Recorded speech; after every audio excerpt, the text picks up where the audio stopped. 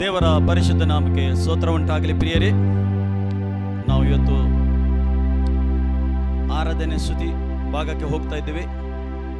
ಅದರ ಮೊದಲೊಂದು ವಾಕ್ಯವು ಓದುವ ನಾವು. ಕೀರ್ತನೆ 81.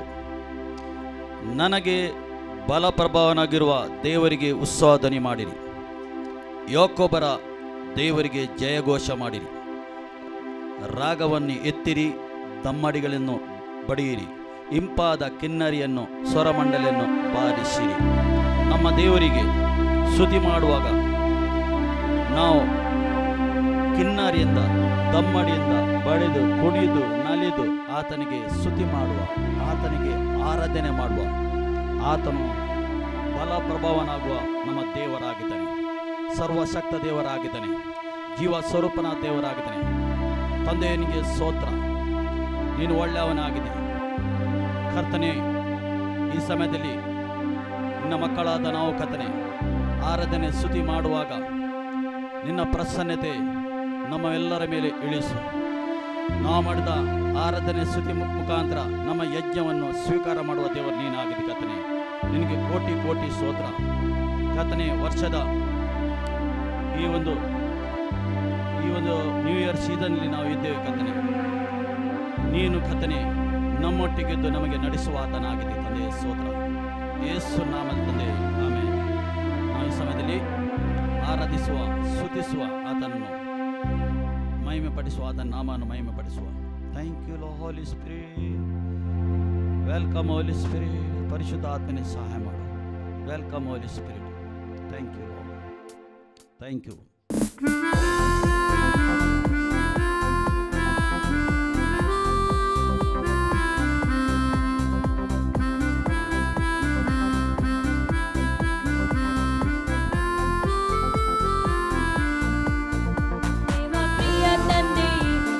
ಸೃಷ್ಟಿಕರ್ತನೆ, ನಿನಗೆಂದಿಗೂ ಆರಾಧನೆ. ನಿನ್ನ ಸ್ತುತಿಸುವೆವು, ನಾ ಹೊಗಳುವೆನು, ಹಾಡಿಕೊಂಡಾಡುವೆನು.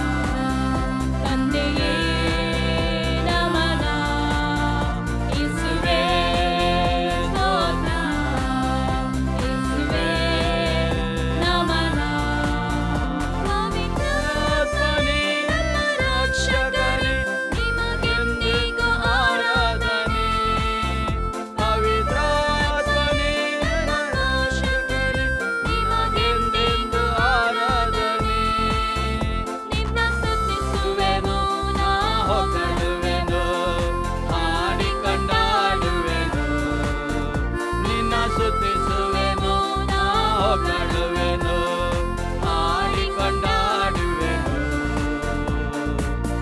ಸ್ತೋತ್ರ ಮಹಿಮೆಯು ನಿನಗೆಂದು ಘನಮಾನ ಗೌರವವು ನಿನಗೆಂದು ಸ್ತುತಿ ಸ್ತೋತ್ರ ಮಹಿಮೆಯು ನಿನಗೆಂದು ಘನಮಾನ ಗೌರವವು ನಿನಗೆಂದು ತಂದೆಯೇ ಸ್ತೋತ್ರ ತಂದೆಯೇ ನಮನ ಯೇಸುವೇ ಸ್ತೋತ್ರ ಗ್ಲೋರಿ ಗ್ಲೋರಿ ಗ್ಲೋರಿ ಯೇಸುವೇ ನಮನ ತಂದೆಯೇ ಸ್ತೋತ್ರ ತಂದೆಯೇ ನಮನ ಯೇಸುವೇ ಸ್ತೋತ್ರ ಯೇಸುವೇ ನಮನ.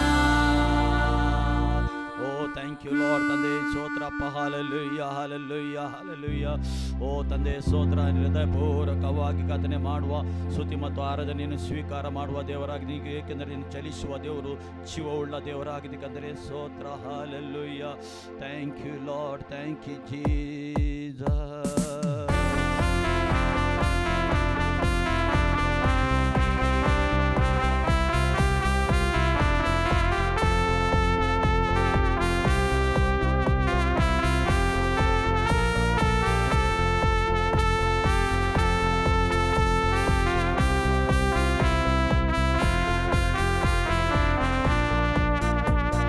सेनाओं का यहोवा हमारे संग संग है, याकूब का परमेश्वर हमारा ऊंचा गढ़ है। सेनाओं का यहोवा हमारे संग संग है, याकूब का परमेश्वर हमारा ऊंचा गढ़ है। जिसने आकाश बनाया, जिसने पृथ्वी बनाई, जिसने आकाश बनाया, जिसने पृथ्वी बनाई, जो सर्वशक्तिमान प्रभु है, वो यहोवा हमारे संग संग है। जो सर्वशक्तिमान प्रभु है, वो यहोवा हमारे संग संग है। सेनाओं का यहोवा हमारे संग संग है, याकूब का परमेश्वर हमारा ऊंचा गढ़ है। सेनाओं का यहोवा हमारे संग संग है, याकूब का परमेश्वर हमारा ऊंचा गढ़ है। लाजर को जिसने जिलाया, चक्काई को जिसने बचाया, लाजर को जिसने जिलाया, चक्काई को जिसने बचाया, जिसके लिए सब है संभव, वो यहोवा हमारे संग संग है। जिसके लिए सब है संभव, वो यहोवा हमारे संग संग है। सेनाओं का यहोवा हमारे संग संग है, याकूब का परमेश्वर हमारा ऊंचा गढ़ है। सेनाओं का यहोवा हमारे संग संग है, याकूब का परमेश्वर हमारा ऊंचा गढ़ है। अंधों को जिसने दिखाया, लंगड़ों को जिसने चलाया, अंधों को जिसने दिखाया, लंगड़ों को जिसने चलाया, जो रोगों को करता है चंगा, वो यहोवा हमारे संग संग है। जो रोगों को करता है चंगा, वो यहोवा हमारे संग संग है। सेनाओं का यहोवा हमारे संग संग है, याकूब का परमेश्वर हमारा ऊंचा गढ़ है। सेनाओं का यहोवा हमारे संग संग है, याकूब का परमेश्वर हमारा ऊंचा गढ़ है। सेनाओं का यहोवा हमारे संग संग है, याकूब का परमेश्वर हमारा ऊंचा गढ़ है। सेनाओं का यहोवा हमारे संग संग है, याकूब का परमेश्वर हमारा ऊंचा गढ़ है। Hallelujah, hallelujah, hallelujah, hallelujah, hallelujah. Oh, glory, glory, glory, glory, glory, glory, hallelujah. Thank you, Lord. Thank you, Jesus. Jesus. Hallelujah, hallelujah. Thank you, Lord. Glory, glory, glory, glory, glory, glory, glory. Oh, thank you, Lord. ನಾವೆಲ್ಲರೂ ಸೇರಿ ಆರಾಧಿಸುವ ಸ್ತುತಿಸುವ hallelujah. ಹೃದಯಪೂರ್ವಕವಾಗಿ ನಮ್ಮ ದೇವರನ್ನು, ನಮ್ಮ ತಂದೆಯಾದ ದೇವರನ್ನು ಆರಾಧಿಸುವ hallelujah. Thank you, Lord. Thank you, Lord. Hallelujah. Thank you, Jesus.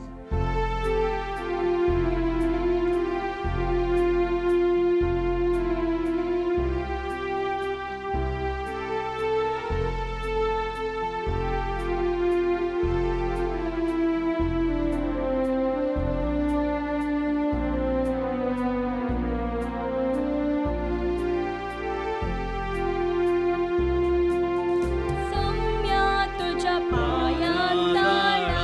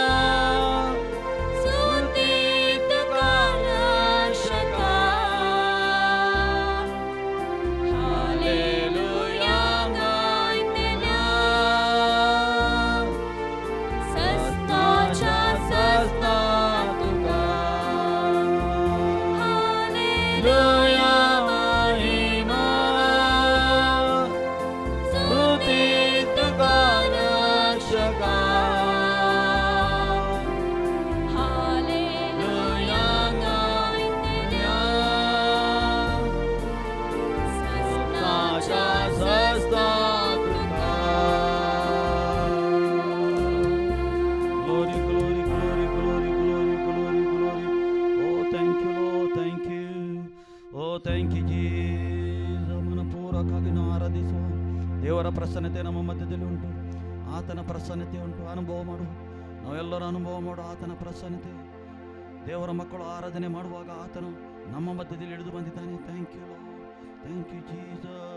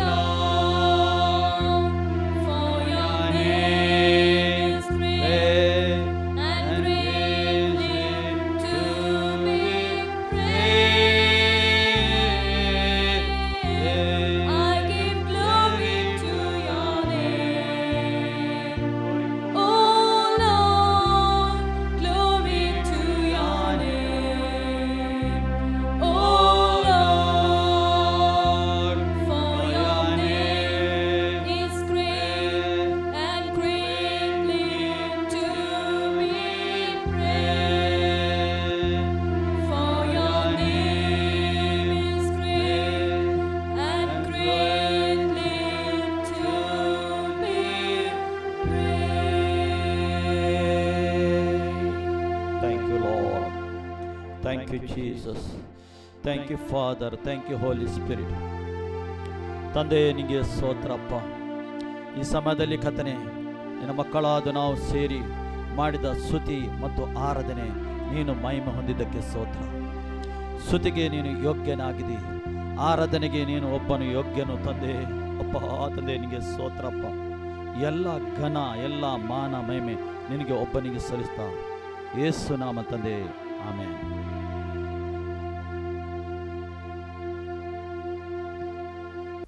ಪ್ರಿಯರೇ, ದೇವರ ಪ್ರಸನ್ನತೆ ನಮ್ಮ ಮಧ್ಯದಲ್ಲಿ ಉಂಟು. ಈ ಸಮಯದಲ್ಲಿ ದೇವರ ಆತ್ಮ ನಮ್ಮ ಮಧ್ಯೆ ಚಲಿಸ್ತಾ ಉಂಟು. ಪ್ರಿಯರೇ, ನಾವು ಮಾಡಿದ ಸ್ತುತಿ ಆರಾಧನೆಯಲ್ಲಿ ಆತನು ಮಹಿಮೆ ಹೊಂದಿದ್ದಾನೆ. ಪ್ರಿಯರೇ, ನಮ್ಮ ಯಜ್ಞವು ಆತನು ಸ್ವೀಕಾರ ಮಾಡಿದ್ದಾನೆ. ದೇವರು ನಮಗೆ ಸ್ತೋತ್ರವಾಗಲಿ. ದೇವರ ಪ್ರಸನ್ನತೆ ನಮ್ಮ ಮಧ್ಯೆ ಚಲಿಸ್ತಾ ಉಂಟು. ಈ ಸಮಯದಲ್ಲಿ ನಾವೆಲ್ಲರೂ ಅನುಭವ ಮಾಡುವ ದೇವರ ಪ್ರಸನ್ನತೆ. ಖಂಡಿತ ನೀವು ನಮ್ಮೊಟ್ಟಿಗೆ ಸೇರಿದ್ದೀರಿ, ನಮ್ಮೊಟ್ಟಿಗೆ ಸೇರಿ ನೀವು ಆರಾಧನೆ ಮಾಡಿದಿರಿ, ಸ್ತುತಿ ಮಾಡಿದಿರಿ. ಸ್ತೋತ್ರ.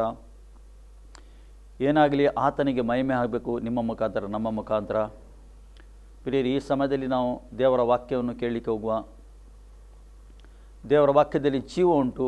ಈ ಜೀವವುಳ್ಳ ವಾಕ್ಯ ನಾವು ಕೇಳುವಾಗನೇ ದೇವರು ನಿಮ್ಮನ್ನು ಎಲ್ಲರನ್ನು ಆಶೀರ್ವಾದ ಮಾಡ್ತಾನೆ.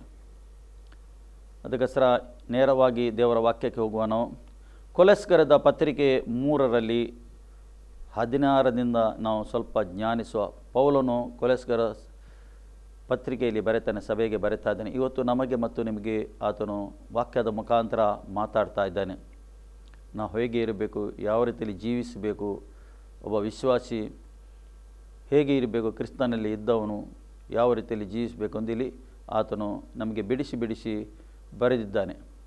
ಇಲ್ಲಿ ಆತನು ಹೇಳ್ತಾನೆ, ಕ್ರಿಸ್ತನ ವಾಕ್ಯವು ನಿಮ್ಮಲ್ಲಿ ಸಮೃದ್ಧಿವಾಗಿ ವಾಸಿಸಲಿ. ಕ್ರಿಸ್ತನ ವಾಕ್ಯ, ದೇವರ ವಾಕ್ಯ ನಮ್ಮಲ್ಲಿ ಸಮೃದ್ಧಿವಾಗಿ ವಾಸಿಸಲಿ ಎಂದು ದೇವರ ವಾಕ್ಯ ಹೇಳ್ತದೆ. ಆದಿಯಲ್ಲಿ ವಾಕ್ಯ ಇತ್ತು, ವಾಕ್ಯ ದೇವರ ಬಳಿಯಲ್ಲಿತ್ತು, ಆ ವಾಕ್ಯ ನರಾವತಾರ ಆಗಿ ಬಂದವನು, ಅದು ಯೇಸು ಕ್ರಿಸ್ತನಾಗಿದ್ದಾನೆ. ಯೇಸುವೇ ವಾಕ್ಯವಾಗಿದ್ದಾನೆ. ಅದಕ್ಕೋಸ್ಕರ ಆತನ ವಾಕ್ಯ ನಮ್ಮಲ್ಲಿ ಸಮೃದ್ಧಿಯಾಗಿರಲಿ ದೇವರ ವಾಕ್ಯ ಹೇಳ್ತದೆ.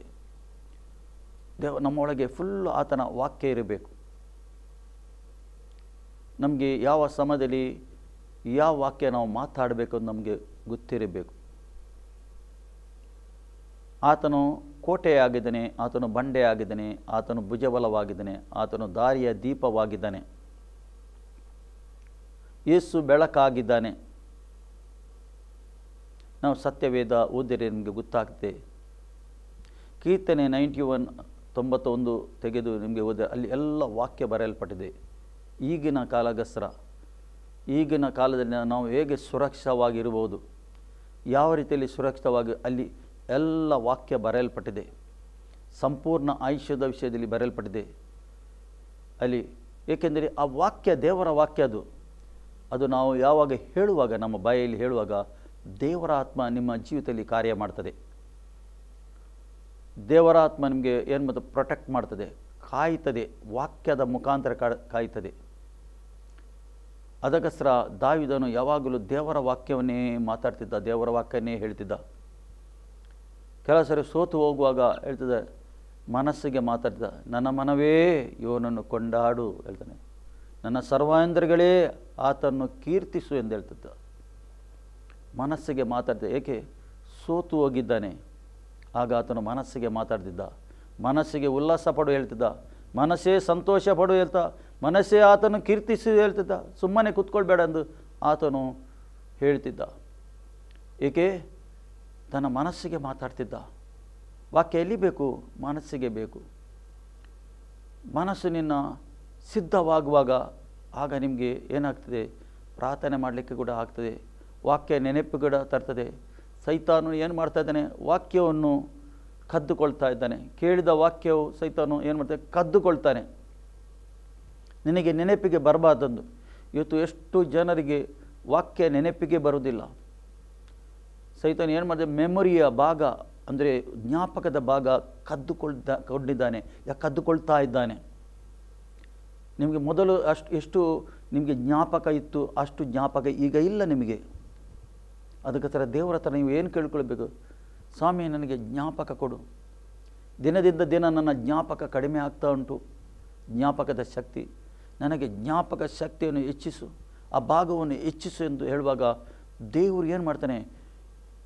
ನಿನ್ನ ಆ ಜ್ಞಾಪಕದ ಭಾಗ ಹೆಚ್ಚಿಸ್ತಾನೆ. ಫಿಲಿಪ್ಪಿಯರ ಪತ್ರಿಕೆಯಲ್ಲಿ 4ನೇ ಅಧ್ಯಾಯದಲ್ಲಿ ಹೇಳ್ತಾನೆ, ನಿಮಗೆ ಏನೇನು ಬೇಕು ಅದು ತಿಳಿಯಪಡಿಸಿರಿ. ದೇವರಿಗೆ ಹೇಳ್ತಾನೆ, ನಿಮಗೆ ಏನೇನು ಬೇಕು ಬೇಡ ನೀವು ತಿಳಿಯಪಡಿಸಿರಿ, ಮೊದಲು ಹೇಳಿರಿ ಆತನ ಹತ್ರ ಹೇಳ್ತಾನೆ.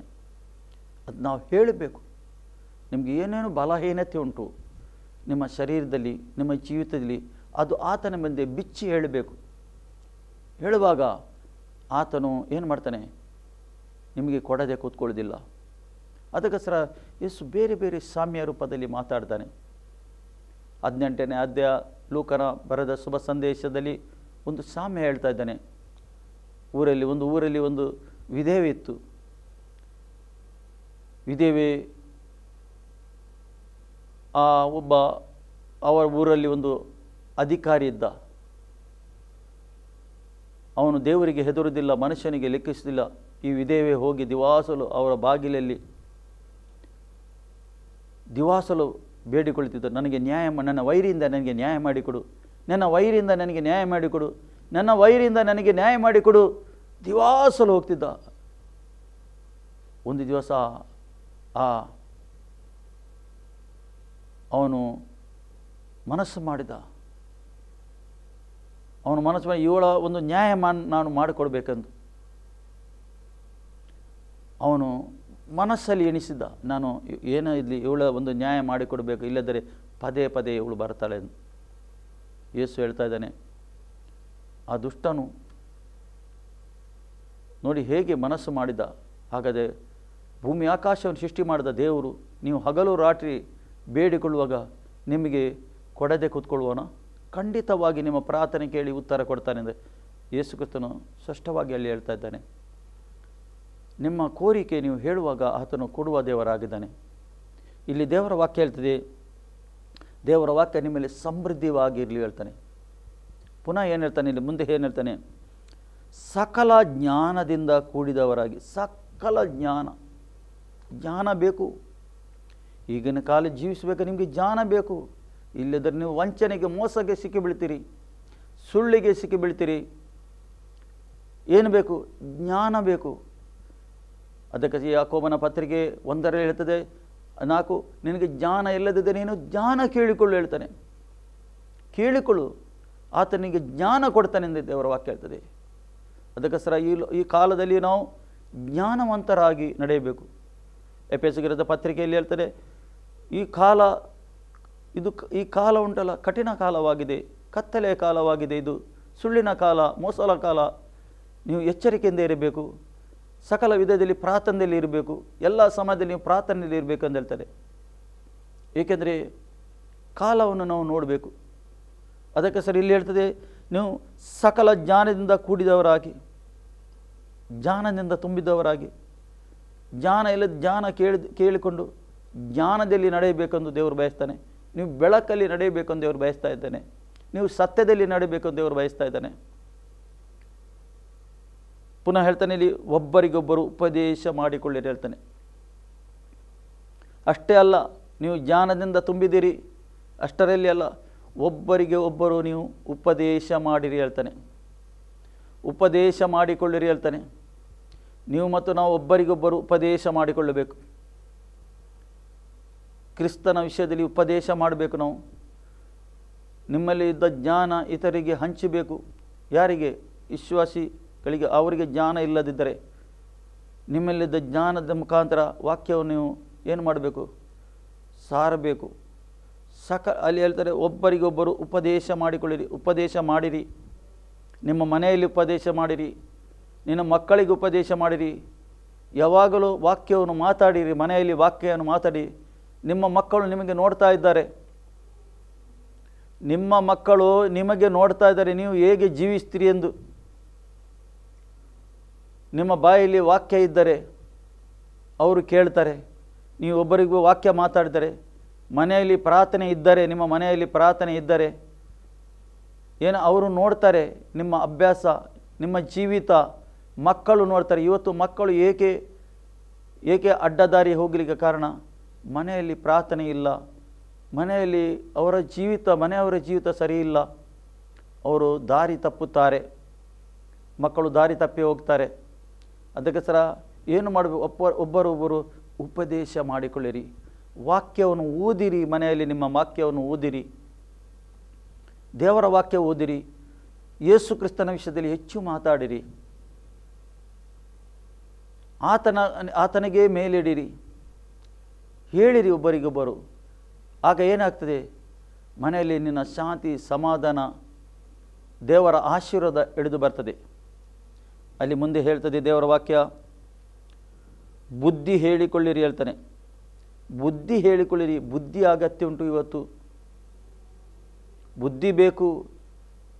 ಒಂದು ವೇಳೆ ನಿಮಗೆ ಬುದ್ಧಿಯಲ್ಲಿ ನೀವು ಇಲ್ಲದಿದ್ದರೆ ಕಷ್ಟಕ್ಕೆ ಒಳಕ್ಕೆ ಸಮಸ್ಯೆಗೆ ನೀವು ಸಿಕ್ಕಿ ಬೀಳ್ತೀರಿ.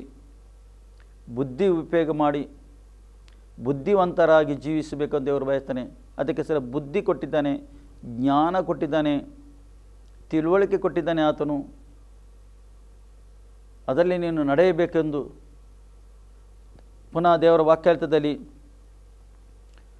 ಕರ್ತನ ಕೃಪೆಯನ್ನು ನೆನಪು ಮಾಡಿಕೊಳ್ಳಿರಿ ಹೇಳ್ತಾನೆ. ಆತನ ಕೃಪೆ, ಎಷ್ಟು ದೊಡ್ಡ ತ್ಯಾಗ ಮಾಡಿದ್ದಾನೆ ಆತನು.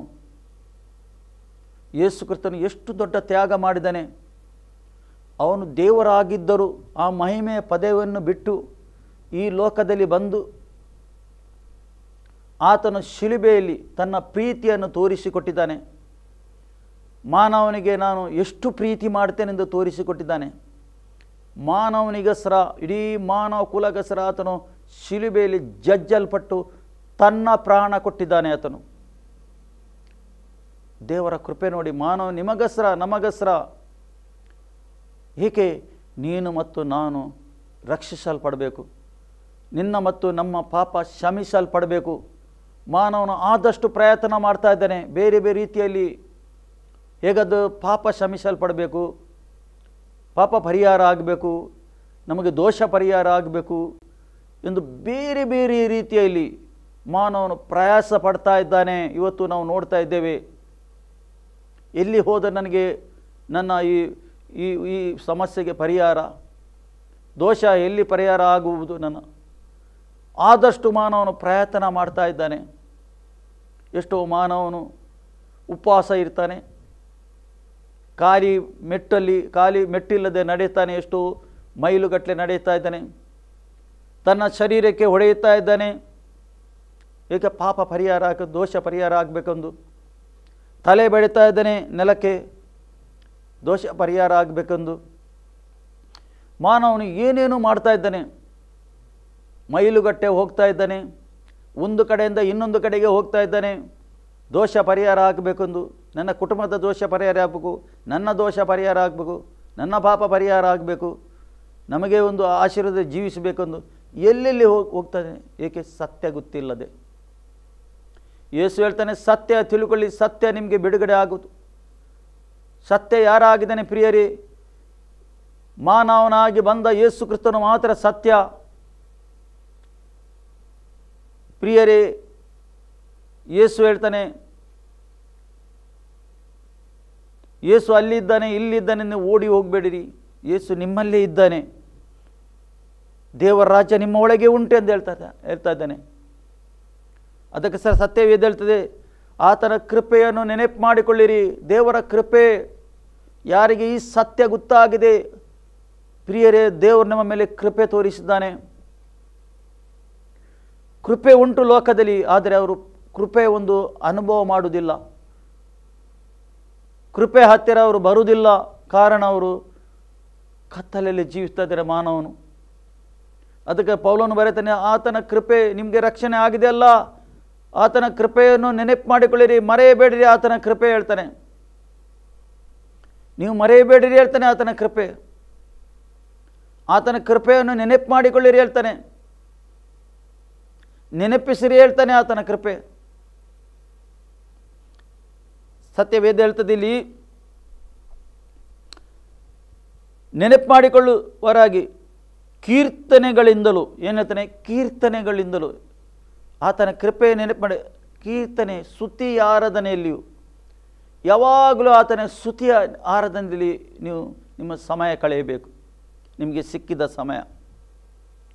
ಯಾರು ಸ್ತುತಿ ಆರಾಧನೆಯಲ್ಲಿ ಸಮಯ ಕಳೀತಾರೆ ಅವರ ಒಳಗೆ ಒಂದು ಸಂತೋಷ ಇರ್ತದೆ, ಒಳಗೆ ಸಮಾಧಾನ ಇರ್ತದೆ. ಅವನ ಮನೆಯ ಒಳಗೆ ಒಂದು ವಾತಾವರಣ, ಒಳ್ಳೆಯ ವಾತಾವರಣ ಇರ್ತದೆ. ಏಕೆಂದರೆ ಸ್ತುತಿ ಆರಾಧನೆ ಎಲ್ಲಿ ಉಂಟು ಅವರ ಮಧ್ಯದಲ್ಲಿ ದೇವರಿದ್ದಾನೆ, ದೇವರ ಆತ್ಮ ಚಲಿಸ್ತಾ ಉಂಟು. ಸ್ತುತಿ ಆರಾಧನೆ ಇದ್ದ ಮನೆಯಲ್ಲಿ, ಯಾರ ಜೀವಿತದಲ್ಲಿ ಸ್ತುತಿ ಆರಾಧನೆ ಉಂಟು ಅಲ್ಲಿ ದೇವರಿದ್ದಾನೆ, ದೇವರ ಪ್ರಸನ್ನತೆ ಉಂಟಲ್ಲಿ. ಅದಕ್ಕೆ ಸರ ಪೌಲನು ಬರೆಯುತ್ತಾ ಇದ್ದಾನೆ, ಅಲ್ಲಿ ಕೀರ್ತನೆಗಳಿಂದಲೂ ಸಂಗೀತಗಳಿಂದಲೂ ಆತ್ಮ ಸಂಬಂಧವಾದ ಹಾಡುಗಳಿಂದಲೂ, ಯಾವಾಗಲೂ ಆತ್ಮ ಸಂಬಂಧವಾದ ಹಾಡುಗಳನ್ನು ಹಾಡಬೇಕು. ನಿಮ್ಮ ಹೃದಯದಲ್ಲಿ ಯಾವಾಗಲೂ ಆತ್ಮ ಸಂಬಂಧವಾದ ಹಾಡುಗಳು ಇರಬೇಕು. ಹಾಡುಗಳನ್ನು ಹೇಗೆ ಹಾಡುವುದು? ದೇವರ ವಾಕ್ಯದಿಂದಲೇ ಹಾಡುವುದು.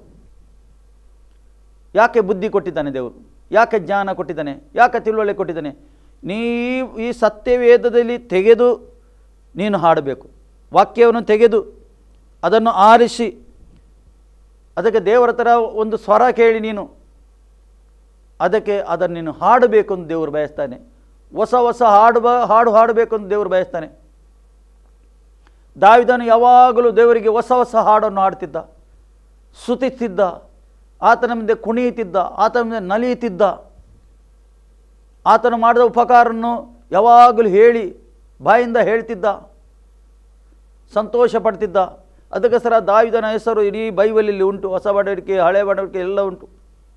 ಯೇಸು ಹುಟ್ಟಿ ಬಂದದ್ದು ದಾವೀದನ ಕುಲದಲ್ಲಿ. ಏಕೆ? ಸ್ತುತಿ ಆರಾಧನೆ ಮಾಡುವುದೆಂದರೆ ಆತನಿಗೆ ತುಂಬ ಸಂತೋಷ. ದೇವಳಿಗೆ ಹೋಗುವ ಎಂದು ಹೇಳುವಾಗ ನನಗೆ ಸಂತೋಷ ಆಗ್ತದೆ ಎಂದು ಆತನು ಹೇಳ್ತಾನೆ. ಯಾರಾದರೂ ಕರೆದ ದೇವಳಿಗೆ ಹೋಗುವ ಎಂದು ಹೇಳಿದರೆ ನನಗೆ ಸಂತೋಷ ಆಗ್ತದೆ, ಸಂತೋಷ ಆಗ್ತದೆ ಎಂದು ಆತನು ಹೇಳ್ತಾ ಇದ್ದಾನೆ. ಲೋಕದಲ್ಲಿ 1000 ವರ್ಷ ಬದುಕುವುದಕ್ಕಿಂತ ಒಂದು ದಿನ ದೇವಾಲಯದಲ್ಲಿ ಬದುಕುವುದು ಎಷ್ಟು ಒಳ್ಳೆಯದು. ಆತನು ಹೇಳ್ತಾನೆ. ಏಕೆ? ಆತನ ಪ್ರಸನ್ನತೆಯಲ್ಲಿ ಜೀವಿಸುವುದು, ದೇವರ ಪ್ರಸನ್ನತೆ ಜೀವಿಸುವುದು ತುಂಬ ಒಳ್ಳೆಯದೆಂದು ಆತನು ಹೇಳ್ತಾ ಇದ್ದಾನೆ. ದೇವರು ಏನು ಬಯಸ್ತಾನೆ? ನೀವು ಮತ್ತು ನಾವು ಆತನ ಪ್ರಸನ್ನತೆಯಲ್ಲಿ ಯಾವಾಗಲೂ ಇರಬೇಕು, ಆತನ ಅನನ್ಯತೆಯಲ್ಲಿ ನಾವು ನಡೆಯಬೇಕೆಂದು ದೇವರು ಬಯಸ್ತಾ ಇದ್ದಾನೆ. ಯಾವಾಗಲೂ ಆತನ ವಿಷಯದಲ್ಲಿ ನಾವು ಸ್ತುತಿ ಪದದಿಂದ ಹಾಡಿ ನಾವು ಜೀವಿಸಬೇಕೆಂದು ದೇವರು ಬಯಸ್ತಾ ಇದ್ದಾನೆ. ಇದೇ ನಮ್ಮ ಊಟವಾಗಿದೆ. ಸತ್ಯವೇದ ಹೇಳ್ತದೆ, ಆತ್ಮ ಸಂಬಂಧವಾದ ಹಾಡುಗಳೆಂದರೆ ನಿಮ್ಮ ಹೃದಯಗಳಲ್ಲಿ ದೇವರಿಗೆ ಏನು ಮಾಡಿರಿ? ಗಾನ ಮಾಡಿರಿ. ನಿಮ್ಮ ಹೃದಯದಿಂದ ಬರಬೇಕು ಪ್ರಿಯರೇ. ನಮ್ಮ ಒಳಗಿಂದ ಬರಬೇಕು, ಹೃದಯದಿಂದ ಹಾಡು ಬರಬೇಕು. ಕೀರ್ತನೆ ಸ್ತುತಿ ಒಳಗಿಂದ ಬರಬೇಕು. ಯಾವನು ಆತ್ಮದಿಂದಲೂ ಸತ್ಯದಿಂದಲೂ ಆರಾಧನೆ ಮಾಡ್ತೇವೆ. ಅದಕ್ಕೋಸ್ಕರ ಸಮರಟನ್ ಸ್ತ್ರೀಗೆ ಯೇಸು ಹೇಳ್ತಾರೆ 4ನೇ ಅಧ್ಯಾಯದಲ್ಲಿ ಯೌವನ ಸುವಾರ್ತೆ, ದೇವರಿಗೆ ಆರಾಧನೆ ಮಾಡುವ ಇಂಥವರು ಎಂದು ಇರಬೇಕು. ಆತ್ಮದಿಂದಲೂ ಸತ್ಯದಿಂದಲೂ ಆರಾಧನೆ ಮಾಡಬೇಕು. ದೇವರು ಬಯಸ್ತಾನೆ. ನೀವು ಮತ್ತು ನಾವು ದೇವರಿಗೆ ಆರಾಧನೆ ಹೇಗೆ ಮಾಡೋದು?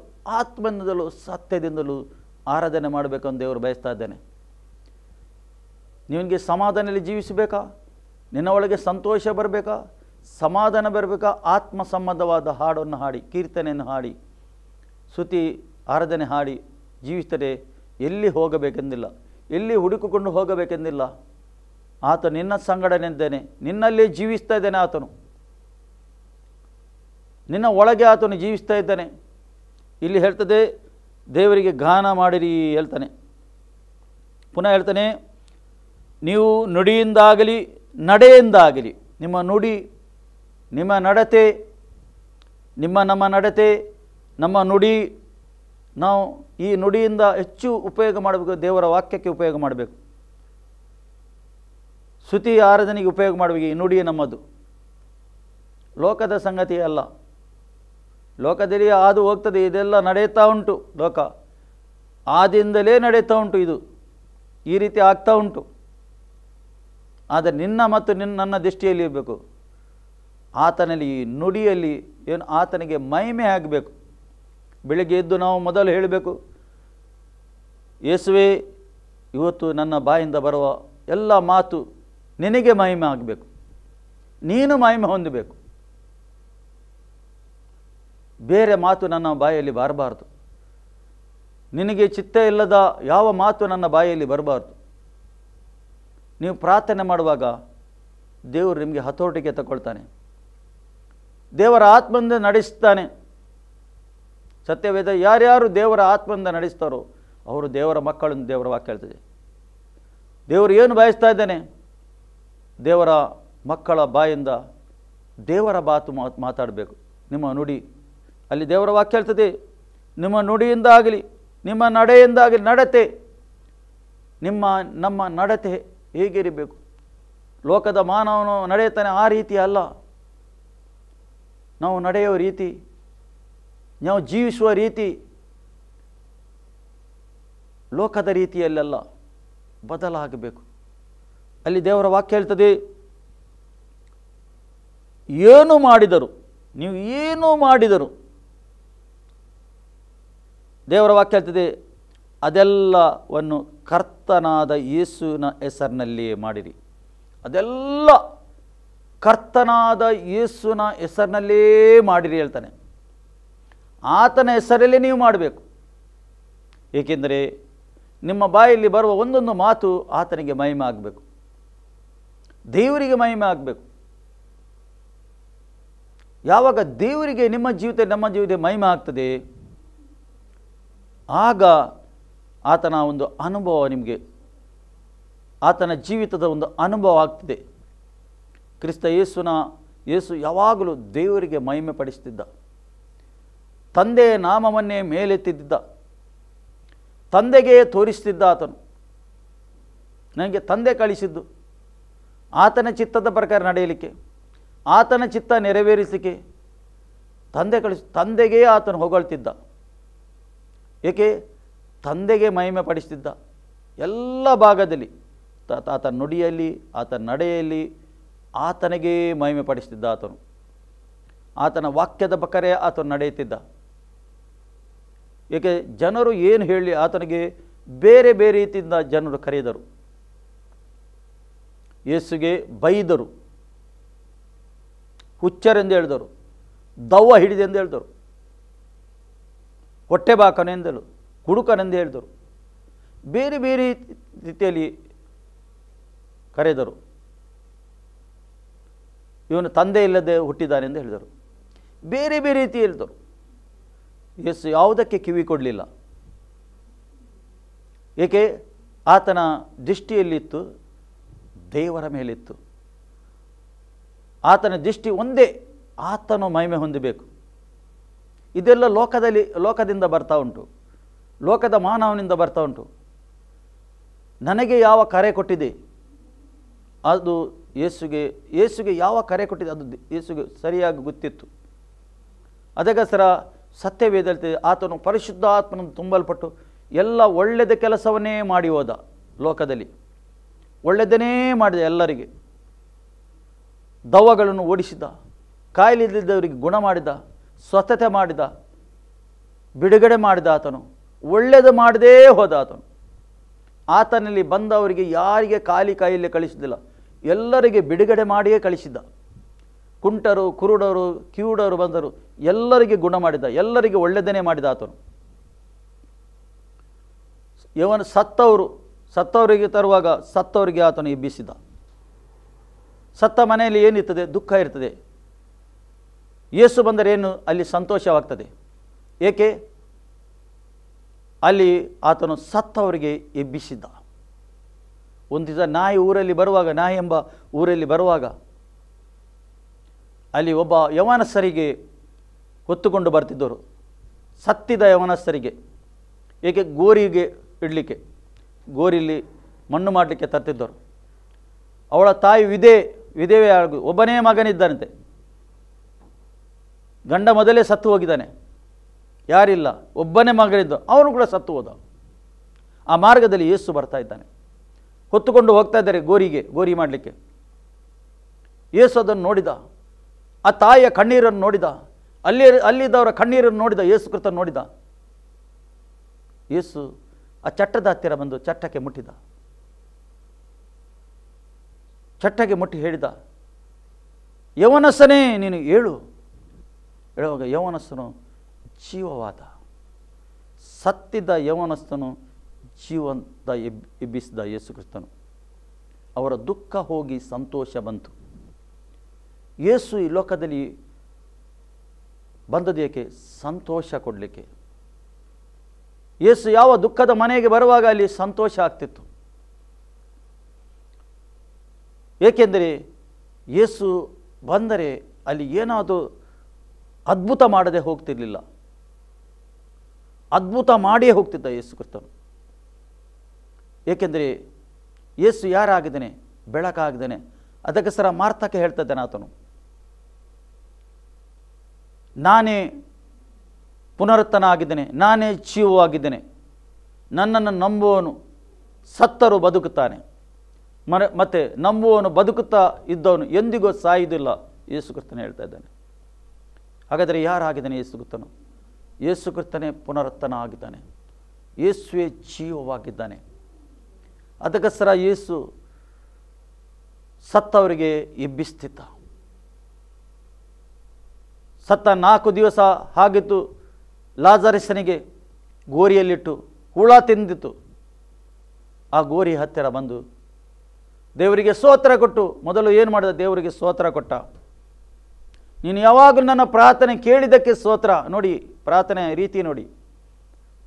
ಯೌವನಸ್ಥನೇ, ಲಾಜರಸನೇ ಹೊರಗೆ ಬಾ ಎಂದು ಹೇಳಿದ. ಯಾವಾಗ ಯೇಸು ಆ ಮಾತು ಹೇಳುವಾಗ ಆ ಜೀವ ಹೊರಡಿತು. ಆ ಕೊಳೆತು ಹೋದ ಆ ಲಾಜರಸನಿಗೆ, ಹುಳ ಹಿಡಿದ ಲಾಜರಸನಿಗೆ ಪುನಃ ಜೀವ ಬಂತು. ಆತನು ಆ ಗೋರಿಯಿಂದ ಹೊರಗೆ ಬಂದ. ಯೇಸು ಹೇಳ್ತಾ ಇದ್ದಾನೆ, ಹೇಗೆ ಹೊರಗೆ ಬಂದ? ಅವನಿಗೆ ಜೀವ ಬಂತು, ಆದರೆ ಬಟ್ಟೆಯಲ್ಲಿ ಕಟ್ಟಿಟ್ಟಿದ್ದಾರೆ. ಯೇಸು ಹೇಳ್ತಾನೆ, ಬಿಡಿಸಿರಿ ಎಂದು ಹೇಳ್ದ. ಏಕೆ ಯೇಸು ಬಿಡಿಸಲಿಲ್ಲ? ಯೇಸು ಇತರರಿಗೆ ಕೊಟ್ಟ ಕೆಲಸ. ನೀವು ಬಿಡಿಸಿರಿ. ಈಗ ಆತನಿಗೆ ಬಿಡಿಸಬೇಕು.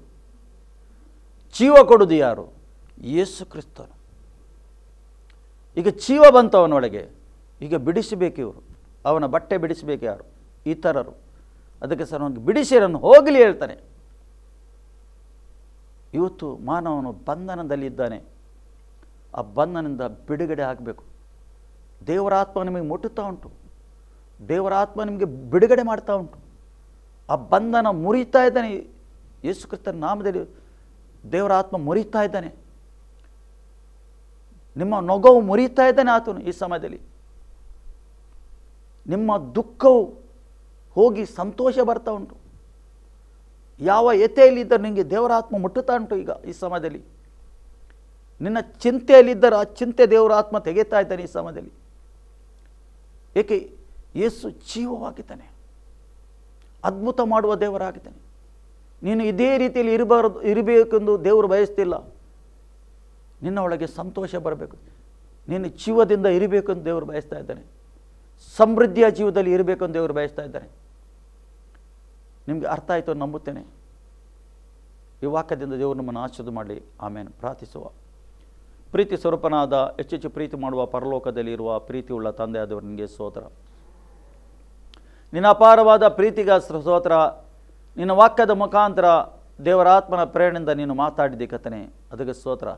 ಯಾರ್ಯಾರು ಈ ವಾಕ್ಯವನ್ನು ಕೇಳಿದ್ದಾರೆ ಸ್ವಾಮಿ, ಅವ್ರ ಜೊತೆಯಲ್ಲಿ ಅದ್ಭುತ ಸೂಚಕಾರಿಯಾಗಬೇಕಂತ ನಾನು ಪ್ರಾರ್ಥನೆ ಮಾಡ್ತೇನೆ. ನೀನು ಅದ್ಭುತ ಮಾಡಿದ್ದಕ್ಕೆ ಸ್ತೋತ್ರ, ಸೂಚಕಾರ್ಯ ಮಾಡಿದ್ದಕ್ಕೆ ಸ್ತೋತ್ರ. ಅವರಿಗೆ ನೀನು ಮುಟ್ಟಿದ್ದಕ್ಕೆ ಸ್ತೋತ್ರ. ಅವ್ರ ನೋವಿನಿಂದ ಬಿಡುಗಡೆ ಮಾಡಿದ್ದಕ್ಕೆ ಸ್ತೋತ್ರ. ಬಂಧನ ಅವರ ಮುರಿದಕ್ಕೆ ಸ್ತೋತ್ರ ಕರ್ತನೇ. ಬಡತನದಿಂದ ಬಿಡುಗಡೆ ಕೊಟ್ಟಿದ್ದಕ್ಕೆ ಸ್ತೋತ್ರ ಅವರಿಗೆ ಕರ್ತನೇ. ಓ ತಂದೆ, ನಿನಗೆ ಸ್ತೋತ್ರ. ನಿನ್ನ ಪ್ರಸನ್ನತೆ ಒಂದು ಅನುಭವ ಮಾಡಿದ್ದಕ್ಕೆ ಸ್ತೋತ್ರ. ಯಾರು ದೇವರ ಪ್ರಸನ್ನತೆ ಅನುಭವ ಮಾಡಿದಿರಿ, ನಿಮ್ಮ ಜೀವಿತದಲ್ಲಿ ಒಂದು ಅದ್ಭುತ ದೇವರು ಮಾಡಿದವರು. ದೇವರ ಆಶೀರ್ವಾದ ನಿಮ್ಮ ಮೇಲೆ ಇಳಿದು ಬಂದಿದೆ. ಸ್ತೋತ್ರಪ್ಪ. ಯೇಸು ಕ್ರಿಸ್ತನ ನಾಮದಲ್ಲಿ ಪ್ರಾರ್ಥಿಸಿ ಹೊಂದಿದೆ ಪ್ರೀತಿಯುಳ್ಳ ತಂದೆ, ಆಮೇನ್. ಅಂತ್ಯಾಶವನ್ನು ಬಡಗೊಳ್ಳುವ ನಮ್ಮ ಕರ್ತನಾದ ಯೇಸು ಕ್ರಿಸ್ತನ ಕೃಪೆ, ತಂದೆಯಾದ ದೇವರ ಪ್ರೀತಿ, ಪರಿಶುದ್ಧಾತ್ಮನ ಅನ್ಯೋನ್ಯತೆ ಈಗಲೂ ಸದಾಕಾಲ ನಿಮ್ಮ ಸಂಗಡ ಇರಲಿ. ಆಮೇನ್.